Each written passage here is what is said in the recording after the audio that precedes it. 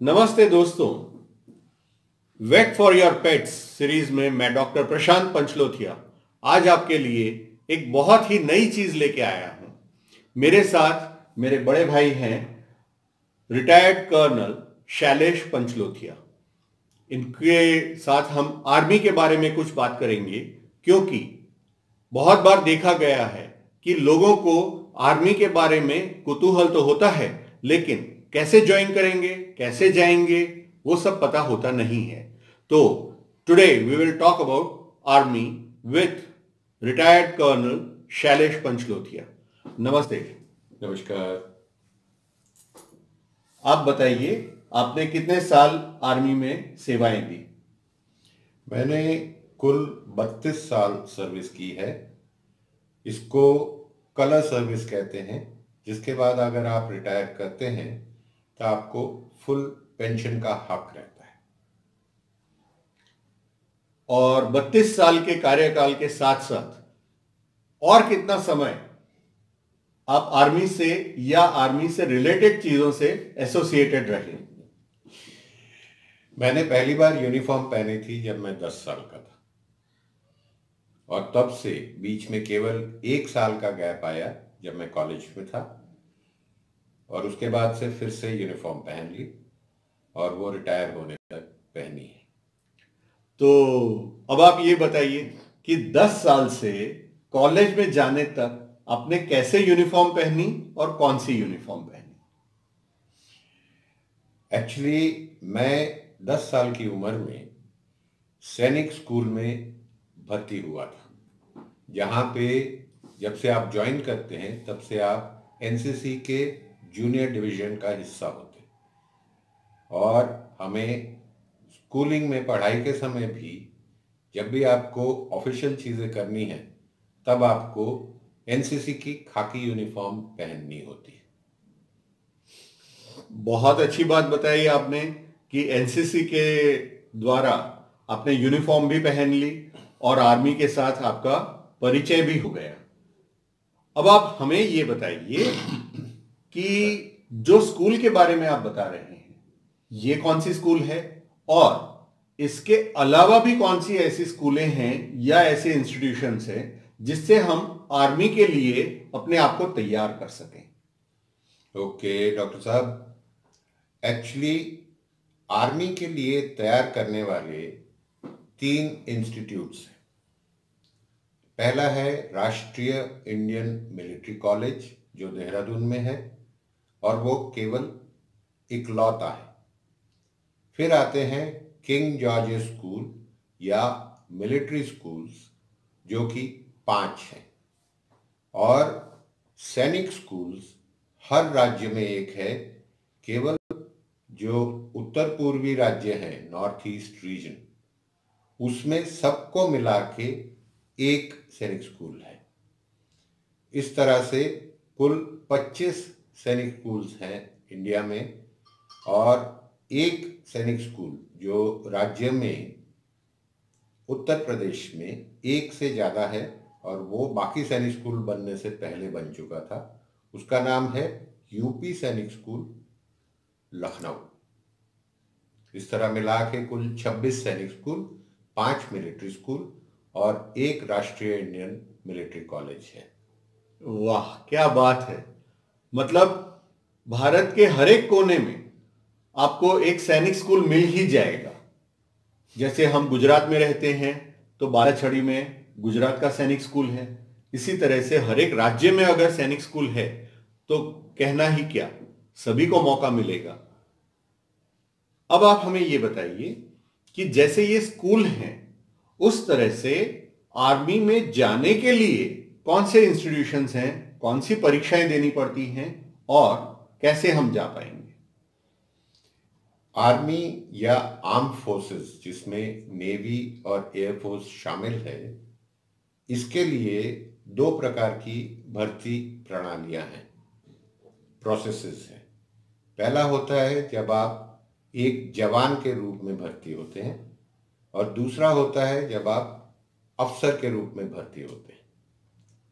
जवान के रूप में भर्ती होने के लिए आपको कम से कम 10वीं कक्षा पास होना चाहिए, और इसकी भर्ती के लिए आर्मी के लिए मैं आपको स्पेसिफिक बता सकता हूं। एक इंटरनेट पे साइट है जिसका नाम है जॉइन इंडियन आर्मी। जो भी इच्छुक व्यक्ति है उसको सबसे पहले उस साइट पे जाके अपने आप को रजिस्टर करना है। इसमें जब आप रजिस्टर करने जाएंगे तो आप स्वयं जान जाएंगे कि आप उस एज ब्रैकेट में आते हैं कि नहीं। 10वीं से अधिक पढ़ाई हो तो भी चलता है, क्योंकि तब आपके लिए एक अलग शाखा मिल जाती है जिसमें आप जा सकते हैं। जैसे आप 12वीं पास हैं और आपके पास साइंस और मैथ्स था, तो आपके लिए और द्वार खुल जाते हैं भर्ती के लिए। और यदि आप ग्रेजुएट हैं और साथ में बीएड किया है तो उसके लिए भी एक शाखा है जिसको हम आर्मी एजुकेशन कोर कहते हैं। इस तरह से 10वीं न्यूनतम आवश्यकता है। अलग से अगर हम बात करेंगे तो एक और श्रेणी है जिसमें आप ज्वाइन कर सकते हैं, मगर वो भी अब 10 हो गई है तो ये सब मिश्रित हो गए हैं। ऑफिसर्स के लिए आपके पास 3 प्रकार की एंट्रीज हैं। सबसे पहले है जब आप 12वीं के बाद ज्वाइन करना चाहें तो उसके लिए है नेशनल डिफेंस एकेडमी, जो कि खड़कवासला महाराष्ट्र में है, पुणे के नज़दीक। और दूसरा है जब आप ग्रेजुएशन के बाद ज्वाइन करना चाहते हैं अलग अलग सब्जेक्ट्स में। तो ग्रेजुएशन के बाद 2 प्रकार की एंट्रीज हैं। एक होती है डायरेक्ट एंट्री, जिसमें आप ट्रेनिंग के लिए इंडियन मिलिट्री एकेडमी देहरादून जाते हैं, और दूसरी होती है शॉर्ट सर्विस कमीशन, यानी केवल 5 साल के लिए आप फौज में जाना चाहते हैं तो उसके लिए officers training academy OTA Chennai Tamil Nadu, वहां पे आप ट्रेनिंग के लिए जाते हैं। इन दोनों के लिए जो ज्वाइनिंग का तरीका है वो सिंपल है। एनडीए के लिए आप एनडीए एंट्रेंस एग्जाम लिखते हैं, जो कि यूपीएससी कंडक्ट करता है, यूनियन पब्लिक सर्विस कमीशन। और उसी प्रकार से कंबाइंड डिफेंस सर्विसेज सीडीएस, उसकी भी परीक्षा यूपीएससी कंडक्ट करता है। आपके लिए एक प्रिविलेज ये भी होता है कि आप यदि 12वीं कक्षा में पढ़ रहे हैं और आपने आधा वर्ष कर लिया है तो आप ये परीक्षा लिख सकते हैं एनडीए के लिए, ताकि जब तक आपकी 12वीं पूरी हो यहाँ पे आपका इंटरव्यू मेडिकल वाला प्रोसेस चलता रहता है, और 12वीं के बाद तुरंत आप एनडीए ज्वाइन कर सकते हैं जून या जुलाई के सेमेस्टर में। सीडीएस का भी वही है कि यदि आप ग्रेजुएशन कर रहे हैं और आप अपने फाइनल ईयर में हैं तब आप इसके लिए अप्लाई कर सकते हैं आधे वर्ष के पश्चात। हाँ, थैंक यू कर्नल साहब। और मेरे को ये पूछना है कि जैसे आर्मी के लिए इंडियन मिलिट्री एकेडमी है, उसी तरह से एयरफोर्स और नेवी के लिए भी नेवल एकेडमी और एयरफोर्स एकेडमीज हैं क्या? बहुत अच्छा सवाल है। आर्मी के लिए इंडियन मिलिट्री एकेडमी है, नेवी के लिए इंडियन नेवल एकेडमी है। अच्छा। मगर एयरफोर्स के लिए बेसिक ट्रेनिंग जहाँ पे आप 12th के बाद ज्वाइन कर सकते हैं, ऐसी कोई एकेडमी नहीं है। आपको ग्रेजुएशन के बाद ही ज्वाइन करना है, और उसको एएफए यानी एयरफोर्स एकेडमी कहते हैं।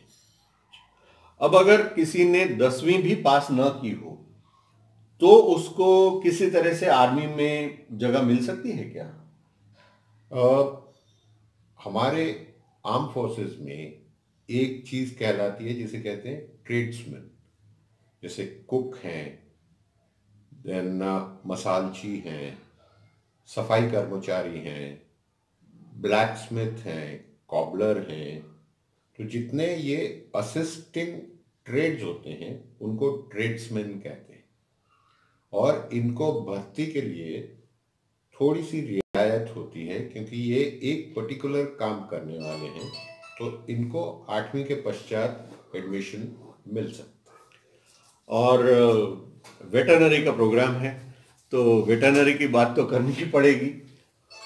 हमने सुना है कि आरवीसी के रूप में वेटरनरी डॉक्टर्स की भी भर्ती होती है और वेटरनरी से रिलेटेड और सब पोस्ट भी होती हैं। उसके बारे में हमें ब्रीफ में कुछ बताइए। वेटरनरी से रिलेटेड आर्मी में एक रिमाउंट वेटरनरी कोर है, जिसे हम शॉर्ट में आरवीसी कहते हैं, और वही चीज वो कंधे पे पहनते भी, शोल्डर पे यहाँ लगाते हैं आरवीसी, वो उनकी पहचान होती है। इसके अंदर आपका जो bachelor in veterinary sciences qualify करने वाले डॉक्टर्स इसमें भर्ती हो सकते हैं। इसका एडवर्टीजमेंट भी आता है, फिर एक इंटरव्यू प्रोसेस के थ्रू इनको इनरोल किया जाता है। और जो वेटनरी रिलेटेड सर्विसेज हैं उसमें भी, जैसे असिस्टेंट्स हैं या बाकी के सब्जेक्ट्स हैं जो कवर होते हैं, तो उसके लिए भी इनकी भर्ती होती है। तो दोस्तों, एज अ वेटरनरियन आप इसमें जा सकते हैं। ओनली थिंग इज कि पहले आपको ग्रेजुएशन पूरा करना है, डॉक्टर बन जाना है, और उसके बाद आरवीसी की फॉर्म वगैरह जो भी प्रोसीजर है वो करना पड़ेगा। और अलोंग विद डॉक्टर्स आरवीसी में और भी दूसरी पोस्ट होती हैं, जिसमें लाइफ स्टॉक इंस्पेक्टर्स, स्टॉकमैन वगैरह का भी होना चाहिए। अलावा इसके हम देखते हैं कि डेंटिस्ट, डॉक्टर्स, नर्सेस, इन सब का भी इनटेक रहता है आर्मी में। क्यों कर्नल साहब, होता है ना? हमारे पास जैसे आरवीसी है, उसी तरह आर्मी डेंटल कोर है, आर्मी मेडिकल कोर है, आर्मी नर्सिंग सर्विसेज हैं, तो इनमें भी भर्ती होती हैं। अब इसमें दो रूप से हैं। एक तो आर्मी खुद भी ट्रेन करती है, जैसे हमारा एक आर्म फोर्सेस मेडिकल कॉलेज है, पुणे में स्थित है, जिसमें आप 12वीं के बाद एडमिट होते हैं, रिटन एग्जाम और इंटरव्यू और मेडिकल के बाद। तो पूरी जो मेडिकल की पढ़ाई है वो वहाँ होती है। उसी तरह हमारे पास डेंटल कॉलेजेस हैं, जिसके अंदर आप 12th के बाद ज्वाइन कर सकते हैं। और नर्सिंग सर्विसेज के लिए भी हमारे ट्रेनिंग इंस्टीट्यूट्स हैं। पर जिन्होंने ये वाली बेसिक क्वालिफिकेशन बाहर से कर ली है, जैसे आपने एमबीबीएस कर लिया है या कोई भी पोस्ट ग्रेजुएशन कर लिया है, तो भी आप आर्मी ज्वाइन कर सकते हैं। और चूंकि आपने अपनी पढ़ाई के लिए अपना समय बाहर दिया है, तो उतना समय आपको आर्मी ज्वाइन करने पर एंटी डेट सीनियरिटी में मिल जाता है, ताकि आपका पढ़ाई का समय आपकी सर्विस के अंदर गिना जाए। वाह, ये तो बहुत ही अच्छी बात है। अब हम ये देखते हैं कि अगर कोई आदमी 10वीं के बाद या 12वीं के बाद आर्मी ज्वाइन कर लेता है एज अ सोल्जर, तो उसको भी एक स्कोप देते हैं कि आप पढ़ाई करने के बाद कुछ खास एग्जाम्स पास करके ऑफिसर में भी जा सकते हैं। सर, ये बताइए कि अगर कोई जवान के रूप में आ जाता है, तो उसको कोई स्कोप है कि वो पढ़ाई वढ़ाई करके फिर ऑफिसर में भी आ जाए, कुछ अपना डेवलपमेंट करे? ये एक बहुत बड़ा अपॉर्चुनिटी है जो जवान में भर्ती होते हैं 10वीं के बाद, कि वो दो तरीके से उस काडर में से ऊपर होके ऑफिसर काडर में एंटर कर सकते हैं। पहला है, उसको उसके लिए 12वीं पास होना ज़रूरी है, जिसे कहते हैं आर्मी कैडेट कॉलेज, यानी जो नेशनल डिफेंस एकेडमी में करिकुलम होता है, उसी तरह से आर्मी कैडेट कॉलेज में भी होता है। केवल फर्क ये है कि वो जवान के काडर में से उसके लिए क्वालिफाई करता है। जब वो 12वीं पास होता है, तो वो एग्ज़ाम लिखता है ACC का, आर्मी कैडेट कॉलेज का, और उसके बाद उसका उसी प्रकार से इंटरव्यू होता है जैसे NDA के एंट्रेंस या CDS के बाद IMA और OTA में एंट्रेंस होता है। एक बार जब वो सिलेक्ट हो जाता है तो वो आर्मी कैडेट कॉलेज देहरादून में आ जाता है 3 साल के लिए, जहाँ पे उसको ग्रेजुएशन भी कराया जाता है, और वो फिर IMA में बाकी सब के साथ मिल के वो 1 ईयर की स्पेशलाइज ट्रेनिंग कर लेता है। अच्छा। और दूसरा एक मीडियम है जो इतना स्ट्रांग तो नहीं है, मगर आपको एक अपॉर्चुनिटी रहती है कि आप ऑफिसर की तरह रिटायर हो। आप जब जवान में अपने रैंक्स आगे पाते हैं तो पहले नायक, हवलदार, फिर आप जूनियर कमीशन ऑफिसर के काडर में आते हैं, नायब सूबेदार, सूबेदार, और उसके बाद आपको रिटायरमेंट से 3 साल पहले से ऑनररी रैंक मिलने लगती है। सबसे पहला है लेफ्टिनेंट, फिर है captain, and final is major. तो जब आप रिटायर होते हैं तो आपको पेंशन जो है वो उस ऑफिसर रैंक के इक्विवेलेंट मिलती है, और आपके नाम के आगे वो रैंक लग जाता है। So that is another way to progress and retire as officer. वाह, मतलब ये अपॉर्चुनिटी रहती है कि जल्दी से अगर भर्ती हो भी गए तो आगे अपनी प्रगति करके अफसर में जा सकते हैं। उसी तरह से गर्ल्स के लिए जैसे डॉक्टर के रूप में, डेंटिस्ट के रूप में, नर्सिस के रूप में वगैरह रहता है, तो और भी कुछ ओपनिंग्स हैं आर्मी में?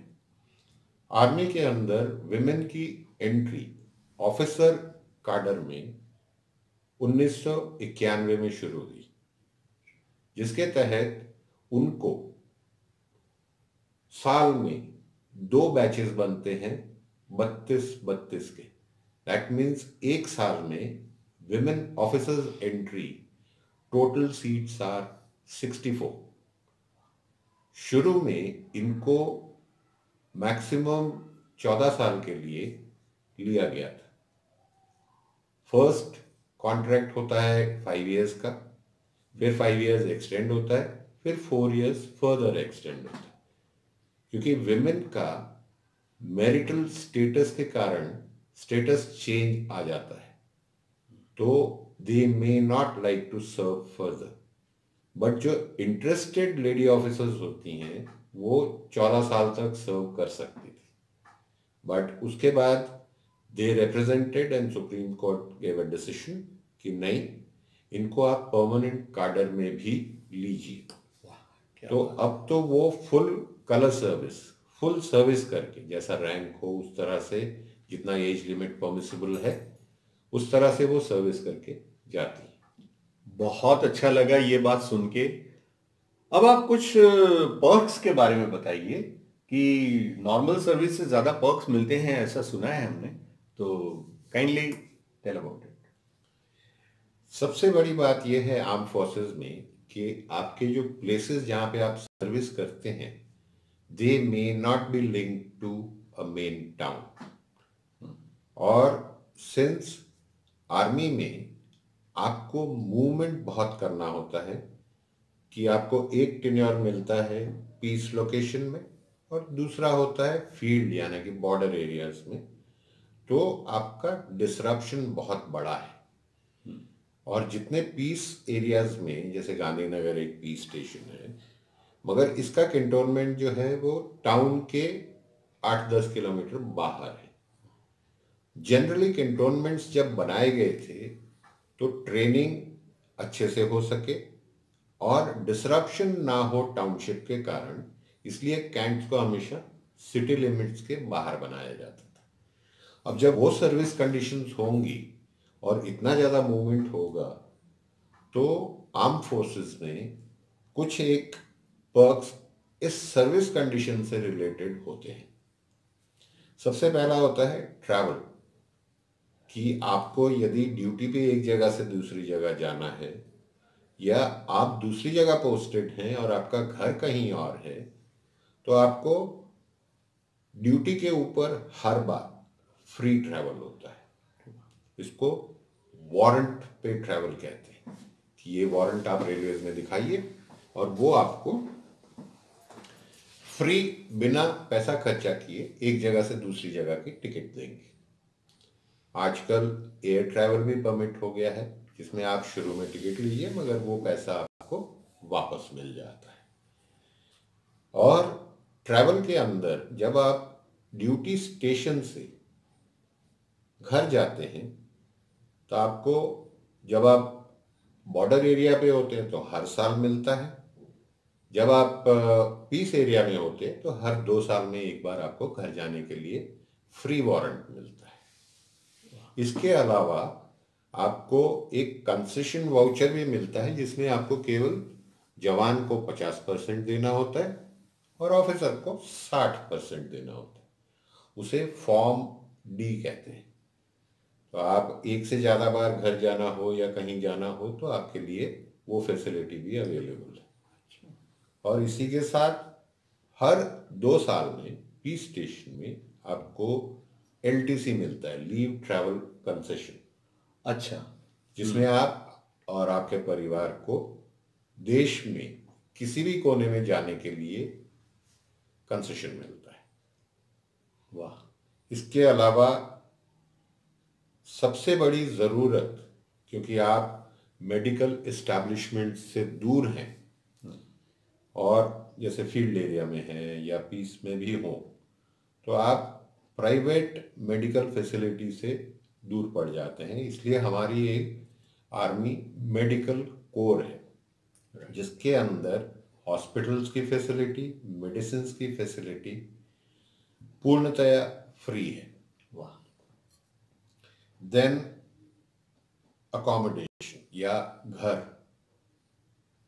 आप यदि फील्ड में हैं, अपनी फैमिली से अलग हैं, तो आपको सेपरेटेड फैमिली अकोमोडेशन मिलता है। आपके चॉइस के स्टेशन में जहाँ जहाँ सेपरेटेड फैमिली अकोमोडेशन की सुविधा है, आप वहाँ जाके आपकी फैमिली रह सकती। जहाँ पे स्कूलिंग होगा, हॉस्पिटल होगा, तो ये कैंटोनमेंट एरियाज में होते हैं। और जब आप स्वयं पीस में हैं तो आपको क्वार्टर मिलता है, जिसका बहुत ही न्यूनतम चार्जेस लिए जाते हैं। अच्छा। जैसे आपके पास यदि घर है 2 बेडरूम हॉल किचन वाला, तो उसका किराया तकरीबन 80-90 रुपए होगा।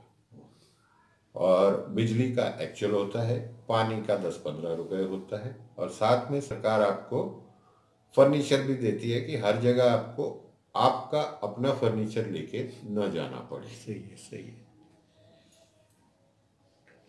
दूसरा है कि आर्मी या आर्म फोर्सेस के जवान हो, के ऑफिसर्स हो, वो बहुत ज़्यादा हरकत करते हैं। हर 2-3 साल में स्टेशन बदलना पड़ता है, तो उसके कारण जो आपके बच्चे हैं उनकी पढ़ाई के ऊपर बहुत असर पड़ता है। इसलिए तकरीबन हर एक स्टेशन में केंद्रीय विद्यालय तो है ही, जिसके अंदर आपके लिए रिजर्व कोटा है, पर प्राइवेट स्कूल्स में भी आप उन्होंने 1%, 2% ऐसे रिजर्व कोटा रखे। अच्छा। तो यदि आप अपने बच्चे को किसी और स्कूल में भी पढ़ाना चाहते हैं, पब्लिक स्कूल में डालना चाहते हैं या कॉन्वेंट में डालना चाहते हैं, तो उसके लिए भी आपके लिमिटेड सीट्स अवेलेबल हैं। वाह, क्या बात। हम भी सेंट्रल स्कूल में पढ़े हुए हैं और हमें पता है कि हर एक स्टेशन पे जो आर्मी, एयरफोर्स, नेवी स्टाफ के जो बच्चे थे वो हमारे साथ आते थे, 2 या 3 साल रहते थे, फिर ट्रांसफर हो जाती थी, लेकिन दोस्ती तो फिर भी बरकरार रहती थी। लेकिन सबसे अच्छी बात यह थी कि सभी केंद्रीय विद्यालय, सेंट्रल स्कूल्स में, यहां से अगर आप असम चले जाएं तो वहां की सेंट्रल स्कूल में भी सेम सिलेबस चल रहा होगा। Weekly syllabus would be same everywhere in India, ताकि उस बच्चे को जरा सा भी ट्रांसफर के कारण सफर न करना पड़े। बहुत ही अच्छी बात है। और इतने सारे जो पर्क्स हैं, इसके साथ शायद राशन भी फ्री है आर्मी में। और तो राशन का ऐसा था कि पहले सब जगह था, अच्छा। सबके लिए, पर उन्होंने अब जो पीस स्टेशन हम कहते हैं, हाँ हाँ। पीस स्टेशन में ऑफिसर्स का राशन विड्रॉ कर लिया है। अच्छा। फील्ड में अब भी रहता है, क्योंकि वो खुद जाके ऐसी सिचुएशन में जाके राशन खरीद नहीं सकता, इसलिए फील्ड में राशन मिलता है, पीस में ऑफिसर्स को नहीं मिलता है। अच्छा। मगर उसके एवज में उन्होंने पेमेंट राशंस देना शुरू किया है, जिसका कॉस्ट गवर्नमेंट कंट्रोल रेट का होता है, तो वो फिर भी उतना एडवांटेज दे देता है। हाँ, और ऑफिसर तो फिर भी अफोर्ड कर सकते हैं, और बाकी के स्टाफ को अगर रेशन की भी इतनी फैसिलिटी मिल रही है तो अब बात ही क्या। तो बहुत ही अच्छा लगा आपसे आर्मी के बारे में इतना कुछ जानने के बाद। अब तो कई लोगों को मूड आ गया होगा ना कि आप भी ज्वाइन कर लीजिए। It's good for even girls and it's good for doctors और वेटरनरी डॉक्टर्स।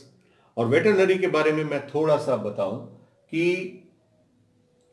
आर्मी के अंदर हॉर्सेस भी रहते हैं, खच्चर यानी म्यूल्स भी रहते हैं, याक भी रहता है, पोल्ट्री तो सवाल ही नहीं है ही, और इसके अलावा पिगरीज भी हैं।